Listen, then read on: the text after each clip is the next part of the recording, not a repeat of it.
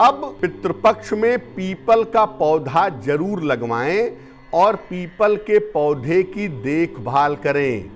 नियमित रूप से पीपल के पौधे में जल डालें और उसकी देखभाल करें। श्रीमद् भगवत गीता का नित्य प्रातः पाठ करें। श्रीमद् भगवत गीता का रोज सवेरे पाठ करना भी आपके लिए काफी ज्यादा फलदायी होगा। और अगर रोज नहीं कर पाते तो कम से कम एक बार श्रीमद् भगवत गीता के 11वें अध्याय का पाठ करिए। गीता का जो सबसे बड़ा सार है, जो निचोड़ है, वो 11वें अध्याय में है। तो श्रीमद् भगवत गीता का नित्य प्रातः पाठ करें। घर के पूजा स्थान पर रोज शाम को एक सरसों के तेल का दीपक जलाएं। दक्षिण की तरफ उसका मुख करके जलाएं। आप चाहें तो छत पर या बालकनी में भी जला सकते हैं। इससे पूर्वजों की आत्मा को शांति मिलती है। अगर मामला ज्यादा जटिल हो तो श्रीमद् भागवत का पाठ कराएं। भगवान कृष्ण की लीलाएं हैं श्रीमद् भागवत में। श्रीमद् भागवत एक अलग पुस्तक है और श्रीमद् भगवत गीता एक अलग पुस्तक है। दोनों में कंफ्यूज मत होइएगा।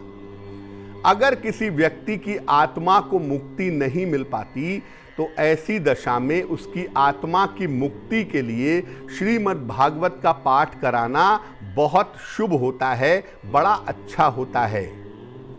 एक आपको कहानी सुना दूं, हालांकि लंबी कहानी है, मैं आपको छोटे में बताता हूं कि एक व्यक्ति था, उसका देहांत हो गया और मरने के बाद अपने कर्मों की वजह से वो प्रेत बन गया। उसका नाम था धुंधुकारी।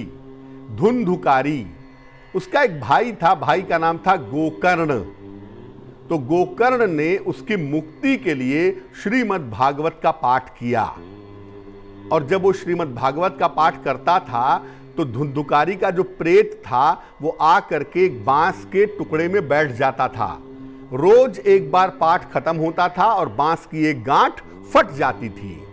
7 दिन में जब ये पाठ खत्म हुआ तो बांस की 7 गांठें फट गईं और धुंधुकारी ने चूंकि बड़े प्रेम से, बड़ी श्रद्धा के साथ श्रीमद् भागवत सुना था, इसलिए उसकी मुक्ति हो गई और वो मुक्ति मोक्ष को प्राप्त हुआ।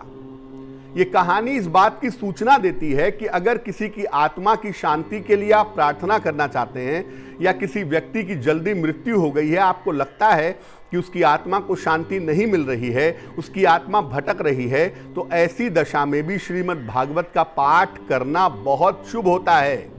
भगवान कृष्ण की लीलाएं हैं। आप चाहें तो स्वयं भी सात्विकता के साथ, नियम के साथ, प्रेम के साथ श्रीमद् भागवत का पाठ कर सकते हैं। नहीं तो श्रीमद् भागवत का अनुष्ठान भी अगर आप करवाते हैं, पूरा विधिवत इसका पाठ करवाते हैं, तो जिसके लिए आप इसका पाठ करवाएंगे उसकी आत्मा को मुक्ति मिलेगी, उसकी आत्मा को शांति मिलेगी।